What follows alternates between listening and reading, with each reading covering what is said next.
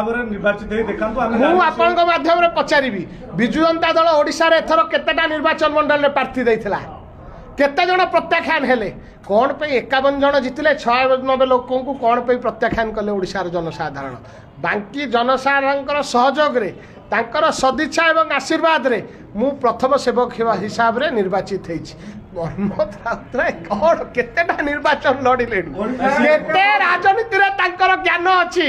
Anchor टीका टिप्पणी उपरे मु प्रति उत्तर रखिया पाई मु उचित मने करूनी तांको मत उपरे मोर जो माने राजनीतिक सहयोगी अछन जहार अधिका अभिज्ञता अछि सेही माने तांको टीका टिप्पणी दउछन आगु मध्य सुलता देव को मोर प्रश्न बिजु जनता दल आज नवीन बाबू कहिसंती आमे सब बेले